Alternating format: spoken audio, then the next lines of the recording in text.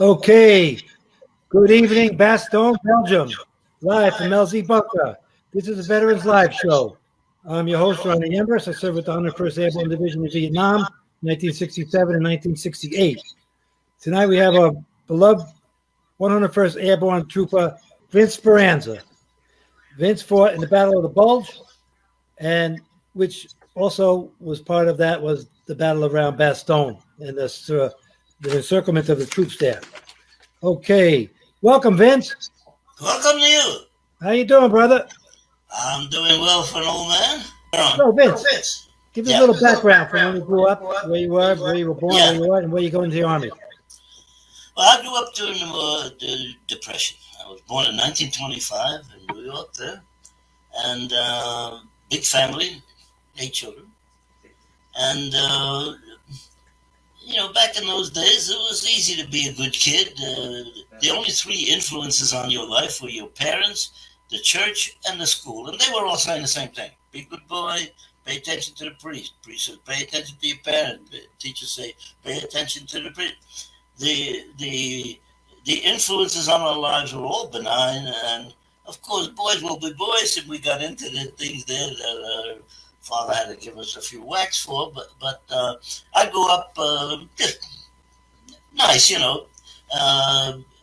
people talk about, how terrible it must have been during the Depression. You grew up. No, it wasn't. There was always enough food. I had 4 sisters who used to wash our clothes every week. We had clean clothes and lots of in Italian families, music and so on all the time. So I have a very fond memory of my childhood. So when the war happened, when the war broke out, what happened? Yeah, fast forward to December 7th. It was a Sunday. I was a 16-year-old kid in high school, and I was on a bicycle riding to a store, and when I went in the store, everything was quiet. And I said, "Hey!" They said, "Roosevelt is speaking. He's saying something about the Japanese in Pearl Harbor." So I jump on a bike and I pedal home quick. I get to the house. I said, "Pop, quick, turn the radio on." He turns the radio on just in time for us to hear, "And a state of war exists between the Empire of Japan and the United States of America. You sound great with that. And we will help win the ultimate victory, so help me God." My father turned away from the radio. For the first time I saw tears in his eyes. He lined up his 4 sons, and like this with a finger, "Boys, listen, they won't take me because I'm too old, but I expect my sons." We said, "We know, Papa, they won't take us till we're 18. My brother Al was 12. Rocky was 14. I was 16. Joey was the only 21, And he said, "I know. But what I want you to know is how I feel about it." He said, "This country must not fail. Understand, boys? This country must not fail. Nowhere in the entire world can a man come here with nothing except a willingness to work. And look at us today. I have 8 children, all being educated by the government for free through high school. We have a home and a car, and we have vacations. Boys, this country must not fail." Now, Ronnie, a lot of times, I don't know what I ask you. What were you thinking about when you first did the jury combat? Well, there's a lot of things, but one of the things, too, was my father saying to me, "Listen, this country must not fail." Understand? And when he took me to the train before I went into the service, the last thing he said to me on the train was, "Figure me, famiglia una cosa mi fugge la testa," which in Italian means, "Son, just don't leave my head and shoot it. I barely got out. I won't pop." And that too stuck here. And there were a lot of reasons why we knew we were there, but one of them was, don't shame the family name. And I get emotional even talking about it today, Ronnie. But, sure, yeah. That's the kind of thing that sustains you when things are tough and you say, "Hey, So what made you go into the Army, Vin? Don't let your buddies down. What? Uh, No, Army. say it again now. What was your question? Well, why the Army, not like the Air Force, Marines, or Navy? 2 weeks after you're 18, you get a letter from the government says, you're coming, or shall we come and get you? No, it said report to your nearest draft board, and Right. Which we did. And we thought at that time, we were going to get in, but no, they said that they give you a barrier. They said until we get enough training camps built and so on, you can't volunteer to get in. You have to wait until we call you. And at any rate, I was 18 years old in March. I had to wait till November before they finally called me. And when they called, they sent me to Camp Upton, New York, right near my home in New York. And they give you a battery of tests. And the officer sits down with you and goes over the results of your test. And he says, you haven't put in mathematics, and you like artillery? I said, yeah. And 90 in mechanical aptitude. You like the tanks? Yeah. When he gets all finished with telling me all the things I'm eligible for, he takes a big stamp, infantry, which is what we wanted anyway. If you're going to get into the fight, that's where the fight is. So from Fort Camp Upton there, they sent me to Fort Benning, Georgia, at the infantry school. And get off the bus, and here we are, all 18-year-old kids right out of high school. A big sergeant comes out. My name is Mastorelli. You got it? Yes, sir. Don't give me that sir shit. You saved that for the officers. My name is Sergeant Mastorelli. And I got 19 weeks to turn you little students into soldiers. And by God, I'm going to do it. You got it? We're scared shitless. We're scared in the pen. He says, all you got to remember is, when Sergeant Mastorelli says jump, you say how high and how far. You got it? So how long was your training? How long was that training for? 19 weeks, and when Okay. we're all finished, all right, now we're going to get into the fight. No, you got to come back for 4 more weeks of advanced infantry training. Ah, And then we come back for 4 more weeks. And now we're ready. No, you got to come back for 2 more weeks heavy weapons training. Heavy weapons, 60 millimeter mortars, 50 caliber machine guns, and bazookas. right. But at any rate, at the end of those 19 weeks, the 4 weeks, the 2 weeks, now we're going to get into the fight, right?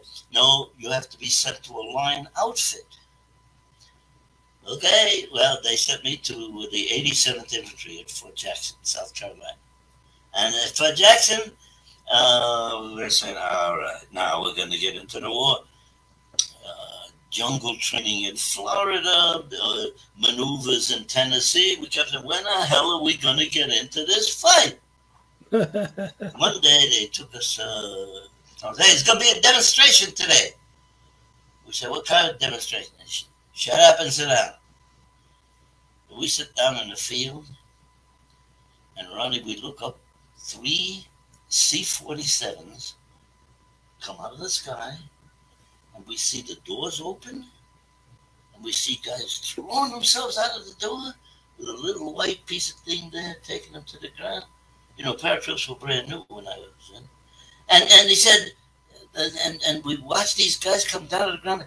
They roll up their parachutes, they come double timing off the field, and then they line up in front of us. And big, beautiful guys, right? Shiny silver wings and a chest, and the jump boots with the pants blouse. Only paratroopers were allowed to do that during work. The blouse, the pants, and the boots.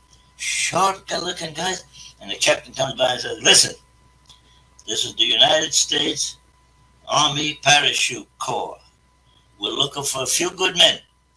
You have to be a trained infantryman. You had to have your 19 weeks, your 4 weeks, and your 2 weeks. Who wants to volunteer? We said, but wait a minute. Throw yourself out of an airplane? There's $50 extra a month jump pay.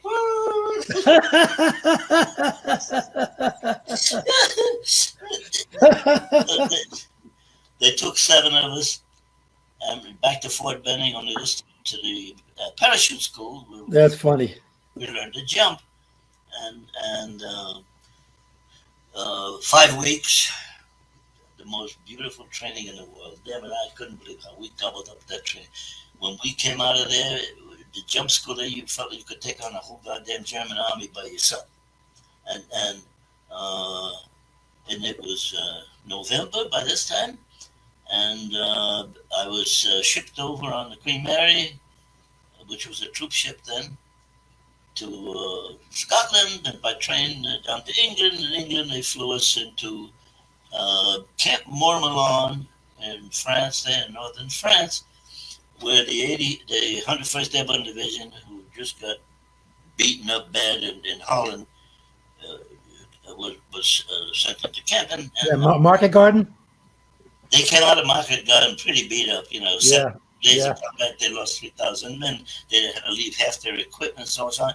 The 101st was supposed to get 90 days of rest, rehabilitation, replacements, and everything, the food and ammunition, so that it could be a fighting unit again. It wasn't to happen.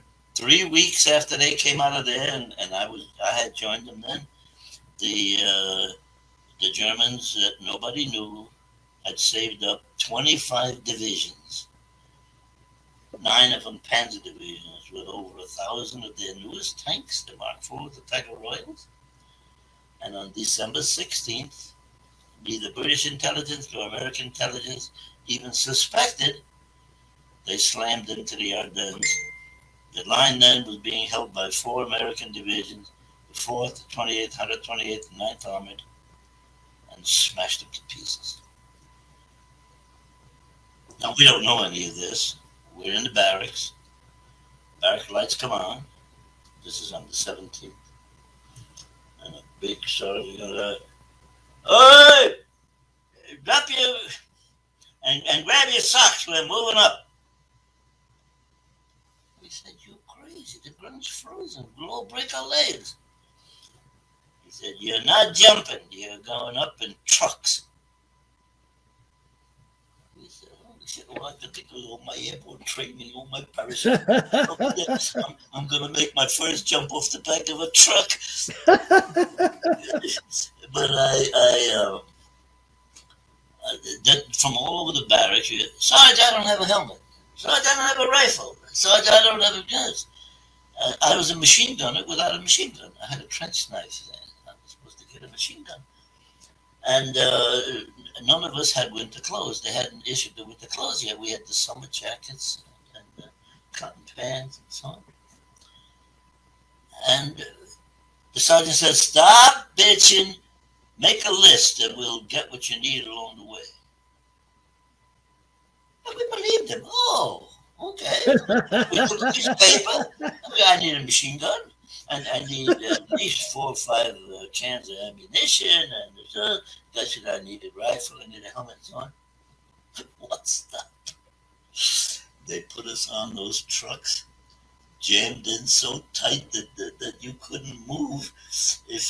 Wherever you were standing when you get in the truck, you had to stay there the whole trip. And that was the most miserable all day and all night truck ride you ever saw in your life. The temperature had dropped to below 0 during those stupid summer clothes.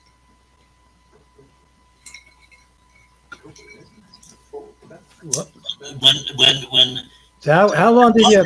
no stops, Vince, how long when you got your clothes and stuff until you had your first contact with the Germans? We got there the 18th, and the morning of the 18th, the night before we had dug in, and that next morning, when daylight came, you couldn't see anything. The fog was all the way down to the floor of the fort, and the, the you couldn't see 100 yards out front, and it was very quiet, very quiet. All of a sudden, the fog starts to lift, and you can see underneath a little bit. And in front of me, I was in a forward foxhole right outside of Mont there. Outside. The ground, sloped down a little bit, and then sloped up a little bit. Open field. I mean, we said the cocky bastards, they're going to attack across an open field. We don't know, but woods on both sides. And when the fog lifted high enough for you to be able to see, really the whole world went on fire. Everything around you and under you, explosions. The ground shook like it was an earthquake. The sergeants are hollering, keep your head down, keep your head down, keep your head down. Right, we didn't need any encouragement for that. All you could do is stick your nose down in the bottom of the damn foxhole and wait and pray that it. And later they told us a shell was landing every 8 seconds. They were throwing everything. Not only artillery, they had those new Katusha rockets that like 16 of them whoosh out of, or is it 12? Whoosh out of them all at once, and explosions all around. Ears hurt. Our eyes started tearing. Vince, was the ground frozen? Oh, it was frozen. So you couldn't really dig a deep foxhole. My friend, it took us 4 hours to dig that damn hole. Wow. And I had to do it twice because after the first one they moved us. That's another whole story. It's in the book of that night we got there. At any rate, the noise was so bad, our ears started to. Some guys' ears were bleeding. We put pieces of handkerchiefs in the ears and so on. But the concussion waves, you could see it. If to be introduced into combat this way was, I guess, not unusual. A lot of guys got their first contact in combat like that. But all I know is the world seemed like it was just one big explosion and fire all over the place. And I was sure we were going to get killed. Yeah, there you go. Now, how long before the initial fire of skirmishes till when the Germans asked you to surrender? That was 2 days from there. Really? That's it? Just 2 days? Yeah, today, the 22nd. Wow. But the situation had gotten better. When this morning when the fight started, after about a 15-20 minute bombardment, tanks pop out of the woods. And now the German infantry comes back. It starts out from behind the woods there, and the tanks are coming up, and the sergeants are all yelling, keep your head down, let the tanks go by, as though we could do anything about it. And so, again, you stick your head down in the damn foxhole, and you watch them. The tanks are firing point blank into the foxholes. When they hit one, the guy disappears, his rifle goes floating up in the air, and you look and you say, my God. At any rate, the tanks go by, and the German infantry starts up behind them and so on. They were romping. It looked like they were like on a holiday. They had just beat the crap out of 4 American divisions, and they didn't know the 101st Airborne Division was in there. According to their intelligence, we were 130 miles south of Camp Monroe. They expected to romp right through here too, and they came up against in the snow there a row of barbed wire fence, and they paused them a little bit, and we were getting not yet. Set the sights at 400 yards. So we set the sights at 400 yards, and the second wave comes up, helping their buddies trying to get off these fences. And some of them slip through in the shooting, but they're tangled up. The third wave comes up. Now they've got knots of men all over the place there. Machine gun is delight. The lieutenant said, now, my God, we opened up with everything we had. And the snow turned red. We slaughtered them. They later on, you read about them not admitting it, but they said, this is not the regular American troops in there. There's somebody else in there, people who don't give ground. And they had to turn around and go back. The tanks now, no, their infantry's not behind them. They got, and on their way back, McCullough's artillery slaughtered the tanks. The first day for the Germans was a complete disaster. Complete disaster. And on my front, where we were dug in and so on, it was a rout. Okay, Vince, how long between that action and when the Germans came with the white flag? Okay. That was the 18th. 2 days later.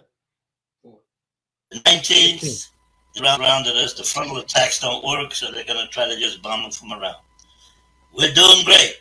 But now ammunition's starting to get low, and so is our food supply. And the weather dropped down even further. We were freezing. Frozen feet. We lost more men to frozen feet and trench foot than we did the bullets on the first day. That was an actual figure. But the lines hold. The lines are holding. And on the 20th, came in and bombed, and they're still beating the crap out of us and so on, pounding us all around and so on and so on. And we see a Jeep with a German with a white flag, waving a flag there. And cocky bastards that we were, we thought they wanted to surrender. We said, you had enough, eh?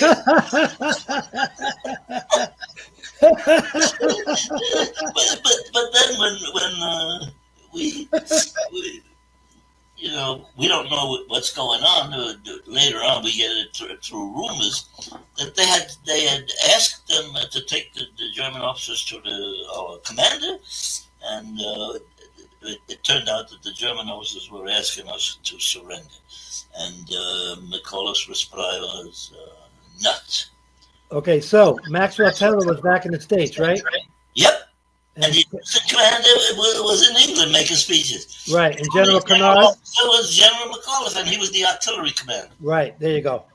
Yeah. But in Bastogne, he was the commanding general. Correct. The other two weren't around.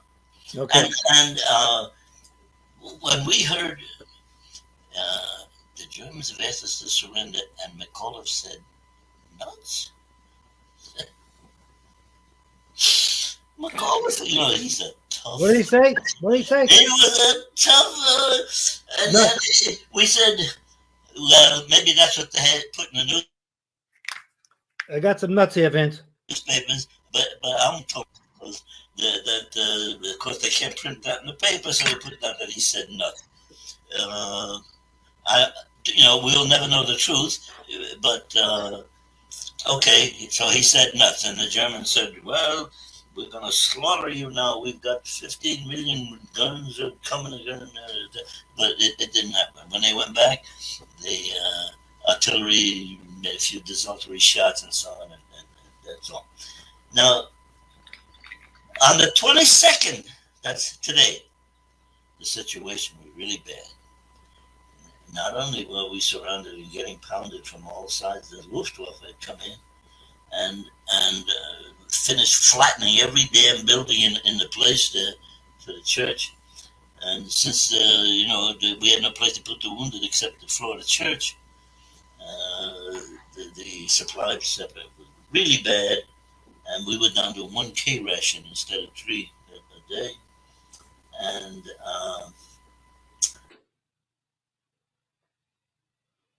it just hurt. But the next morning, the sun came out. By the way, all through the first 3 days, we were bitching. Where the hell is our Air Force? The Germans are flying. We got the best Air Force, the most planes, the most pilots. Where the hell are we? And what we found out later was that the weather in England was impossible. They couldn't get off the ground. They were ready to come and supply us, but they couldn't fly.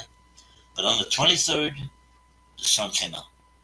The sun came out, and 6 P-47 Thunderbolts, fighter planes, came out. Sky. I'll never forget it. I see them coming through. It was a clear blue sky. The nacelles were painted red, yellow, and blue. 3 and 3. And they dove and bombed and strafed and bombed and blew. They plastered the tank. They silenced the artillery, and then a couple of hundred C-47s come in, dropping supplies. And by the way, we found out later, 95% of them came right where they were supposed to do. Now we, infantrymen, frontline infantrymen, overcoats, gloves, hats. You know what it's like to fight in below zero weather with your hands and your head freezing something. And after we distributed all that, not one plane load of clothes, food, ammunition, gasoline, no clothes.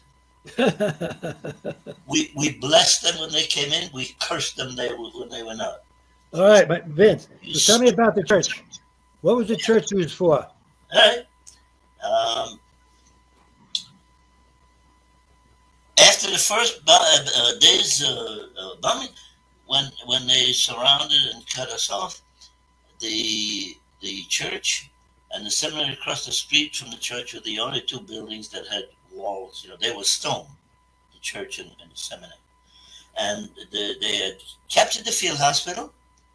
Or they shot up all the American personnel. They kept 5 of our doctors to serve in their army. 1 doctor and 1 Belgian nurse escaped and were in the town with us. That was our medical team for that whole 8 days battle. 1 doctor and 1 Belgian nurse, and only his own personal equipment, instruments. The Germans had captured everything else. They had it all. So the only place we could put the wounded was thrown on the floor of the church. And they sent the Germans also had captured all the beds and the blankets and everything. We went through town pulling drapes, curtains, bedspread, whatever we could find to wrap the wounded guys in. Those of us that had 2 blankets donated 1 to the wouldn't have made anything to the wounded, and it was a pitiful thing. When I went to look for my friend who had gotten hit in the church, I see these guys all laying there. By the way, in the movies they show you moaning and absolute silence. All these guys just taking whatever you said, wrapped in what the hell. I saw my friend with a curtain around his neck, and the doctor operating with candlelight, candles. And, That's amazing. So, Vince, let's move over to the. We lost a lot of guys that we had to feel like we would have saved. Go ahead. Oh, for sure. Let's move down the road a little bit and talk about this. How this will come about. You were in the church talking to the guys, right? No. No, it started that my friend got hit. His name is Joe, in both legs, and they brought him back to him on floor of the church. And first chance I got, my sergeant sent me back to get the batteries for the radio. So I went to look for my friend, and I see him laying on the floor of the church there. Joe, how you doing? He said, not. Like a piece of shrapnel in the leg. I'll be out of here tomorrow. I said, no, you'll be out of here tomorrow. He said, yeah, just a couple piece of shrapnel in the leg. I'll be out tomorrow. I said, well, that's great, Joe. I got to go back.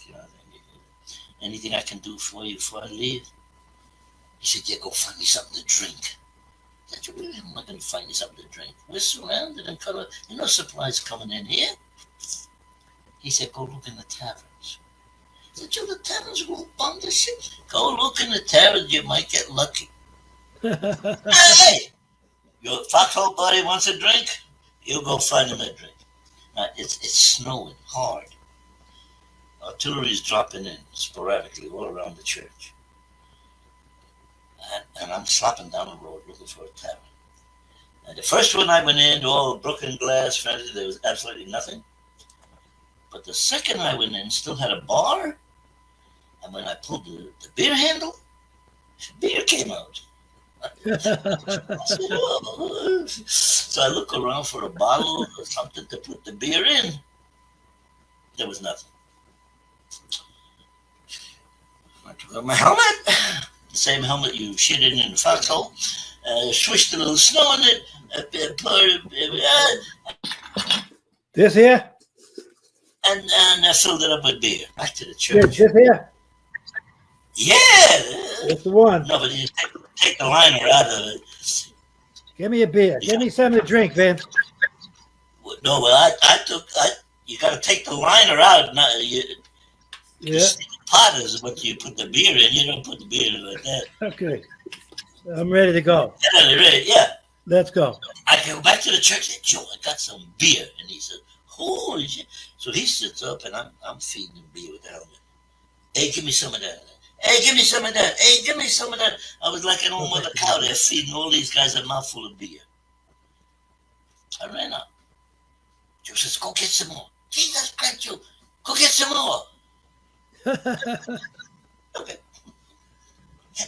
I go slopping down the road again.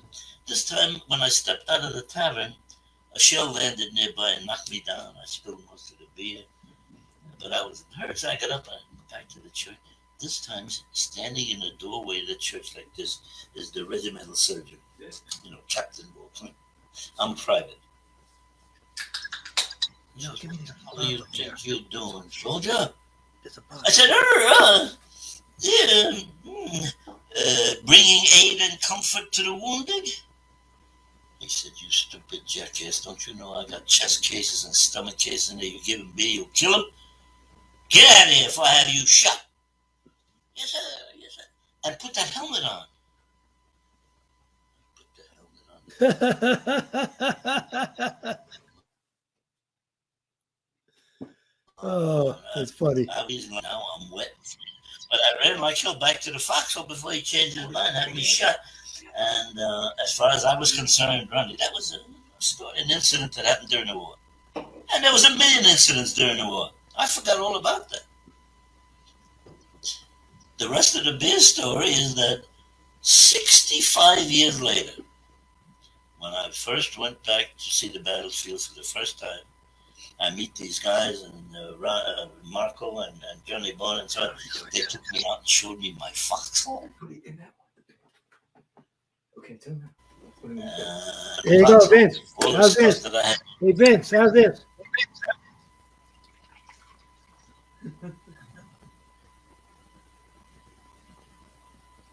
German beer in the helmet. It's not airborne beer. They should put airborne beer in Here's there. the airborne beer right here. Yeah, okay. All right. All right. Salute. Salute. You are now an official member of the Royal Society of Beer Drinkers of Bastogne. There you go. We got the real deal here.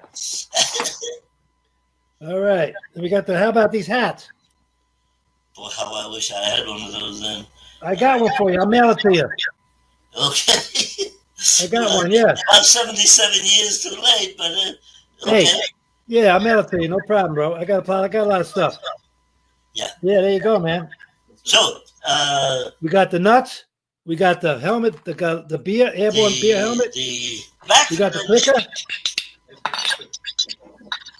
Did you hear the story about the clicker in The Longest Day, the movie? Oh, yeah.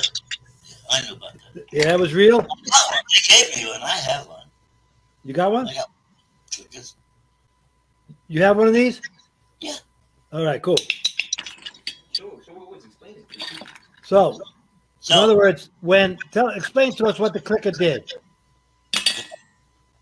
The clicker. What was the clicker used for?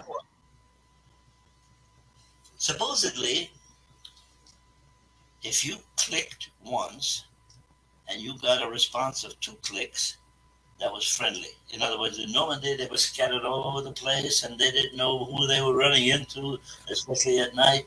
And the way you were supposed to identify yourself was click. click, click, made in America. Of course, the problem was the Germans got a hold of them, and everybody was clicking all over the place. Pretty soon, they had to throw them away because the signal didn't mean anything anymore. You click here, that showed you the Germans where you were, and they just fired on you. It was a good idea to start with, but like a lot of things when you plan a battle, some of the things that you expect to happen don't happen. They change. Hey, Vince, what do you think of the Bastogne Historical Society? What about it? They do a good job, that museum? Oh, well, I go there every year and speak. Yeah. They have my World War II stuff is in there. Oh, good for you, man. Airborne Museum. My original uniform and a lot of my equipment, and they made a wax statue figure of me that's in there, and I brought home a big Nazi banner, the 20-foot parade banners. It came off the mayor's house in Berchtesgaden, and well, there are pictures there that show the stuff, my stuff in the museum. Vince, we're going to show some pictures now. Who's this? That's an 19-year-old kid now when I came out of the first battle.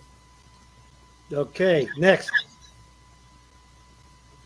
Look at that handsome devil, man. After I got home. You look like you could sing on Broadway. I was just let's see. That was a place called Fresh Hills. Very nice. Look at that. On Staten Island. Got the jump boots on, got the blouse boots, got the glider pad. I was still in the Army. It took 30 days after I got home before I got this job. There you go. What do you got next, Matt? There you go. When did this take place? 2 years ago, the Golden Knights. And by the way, if you see the video of that thing, you see the perfect landing he came into. He perfectly slid along the ground. I'm on top of him. I didn't feel a thing. He absorbed the whole shot. And I said, this is the way to jump. I go for a ride, and he takes the bumps. There you go. In fact, the Army's playing football tonight, so we'll give this one to them, all right? Who's this? Uh-oh. Somebody that they gave a couple of scotches to, and he started singing. Seems like he's singing something. That was the parachute song with the ADT people in Oklahoma. The jump school there, they usually ask me down every year to pin the wings on the graduates who come in. And afterwards we have a party, and that's a video of singing. Hey, Vince, here's the deal.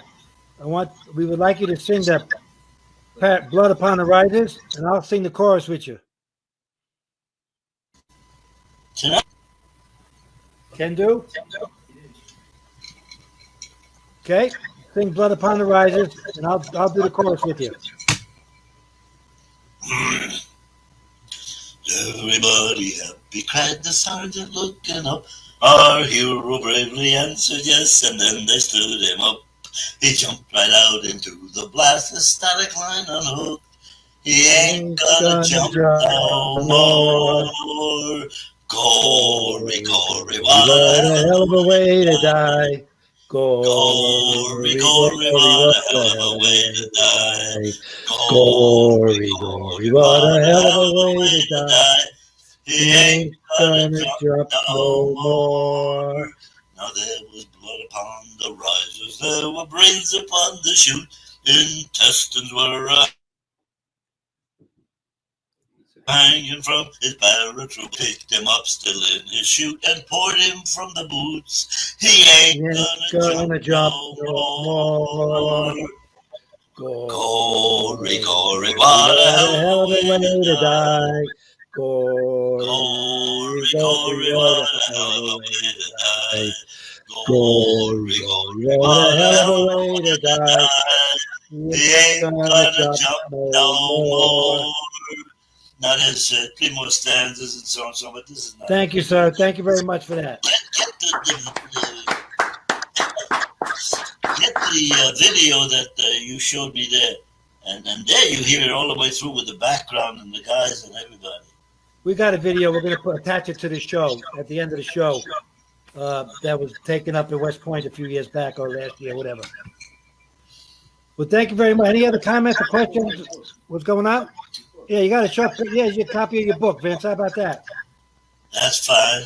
Where can we get that? By the way, my book's been translated into French now, and it's selling like hell in Europe in French. Okay. Where can you get anywhere? Amazon? Any? Or you? Where you get the book? Amazon.com. Okay. Or if they want an autographed one, they send to me. I'll put it on the internet. It's you send $25 to P.O. Box 234, Auburn, Illinois 62615, and your return address. And the next day there'll be an autographed copy of the book on its way. It's on your Facebook page, right? Yeah. Okay, no problem. What do you say, Matt? Oh, we have a couple of questions for you from the audience, Vince. Okay. Comments. Go ahead.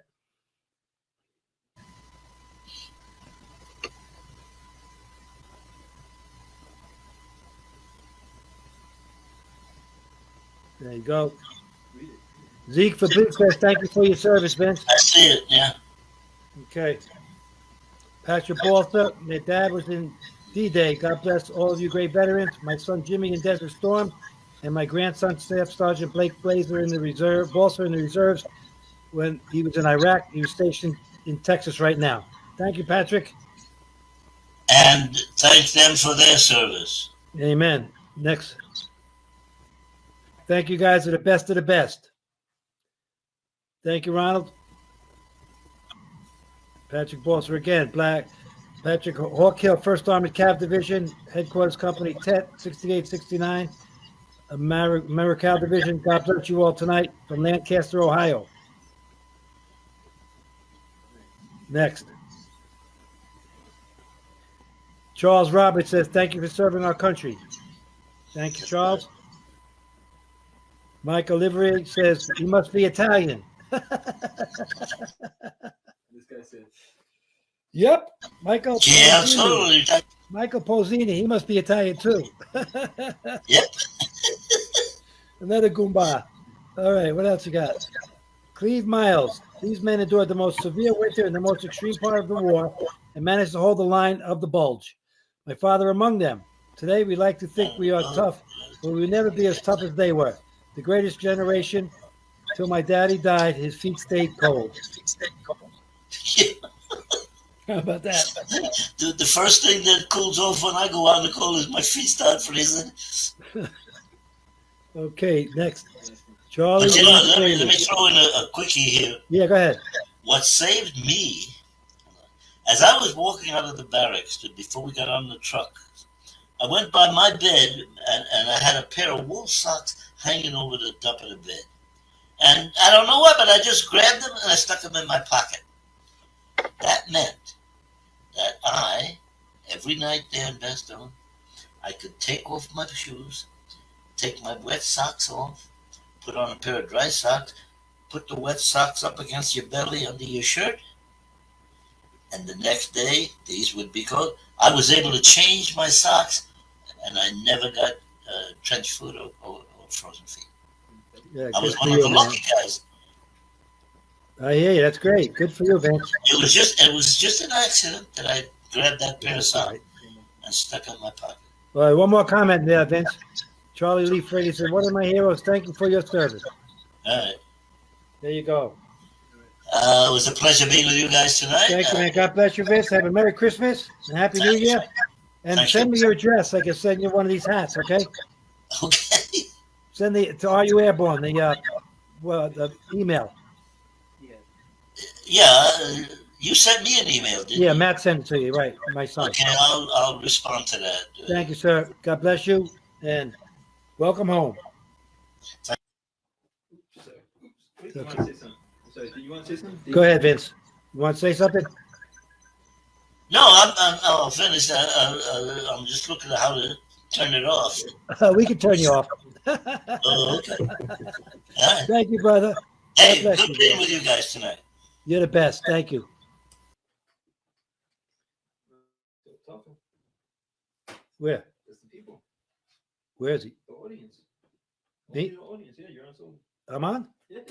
What's going on out there? Anybody comments or questions? Okay. Sign off.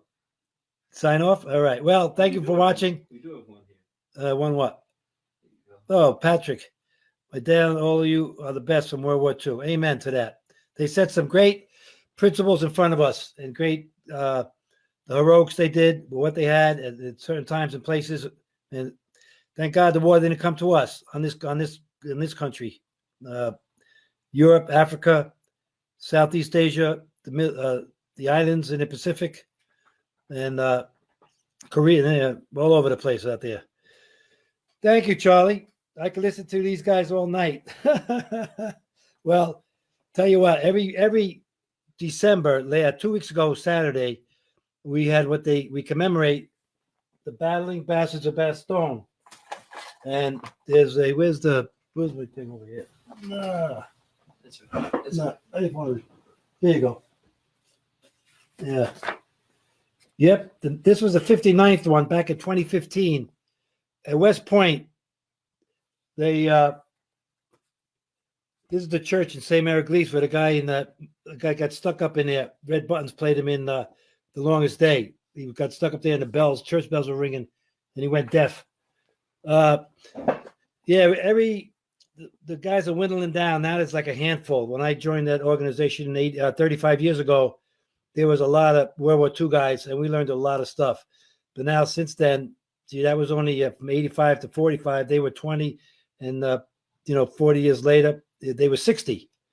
But now, they're not like Vince's. He's 95. So not too many of them left. They're precious and part of our heritage and our folklore and the heroism that's displayed in this country. I got a video of you dancing in World War II jump stuff to commemorate the Battle of Bulge. Oh, yeah. Put it on. Tell them what it is.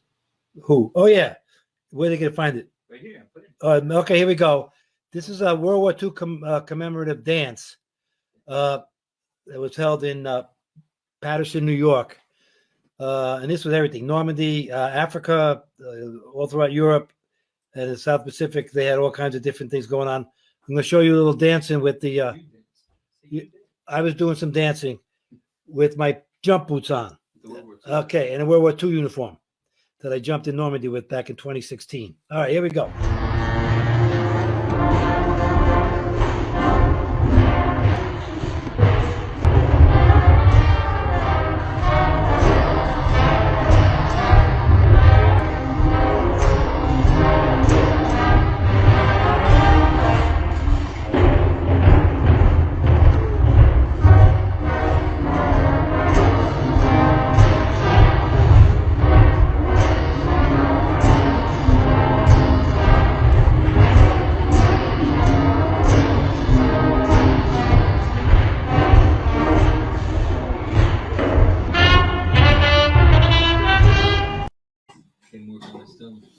All right, there you go. Little soft shoe with the it's hard dancing with Cochran's on. All right. Thank you, Charlie Lee. All right. Never met anyone when I first got a lot of photos with 82nd guys. Well, I'll pray for you. Patrick Ball, sir. Merry Christmas. Happy New Year to my brother. You do so much. Thank you. For us, God bless you both. Thank you. Thank you. Well, there's a lot of work that goes behind the scenes that my son Matt does. And my other son Zach helps us too. Thank you, Pat, for the moves comment. Perry Musgrove, an X-82nd. You're never X-82nd, my man. You're always paratrooper. 504 at the Devils in Baggy Pants, and thank you for your service. I was at the 320th Artillery with 82nd at Bragg before going to the 101st in Vietnam. All Americans. All right. Charlie Lee, Merry Christmas and Happy New Year to you too. What you got, man? Anything else? All right, we're good, man. Thank you very much, everybody. Have a wonderful holiday. Merry Christmas. Happy New Year. God bless you, and see you next week at LZ Bunker. And welcome home.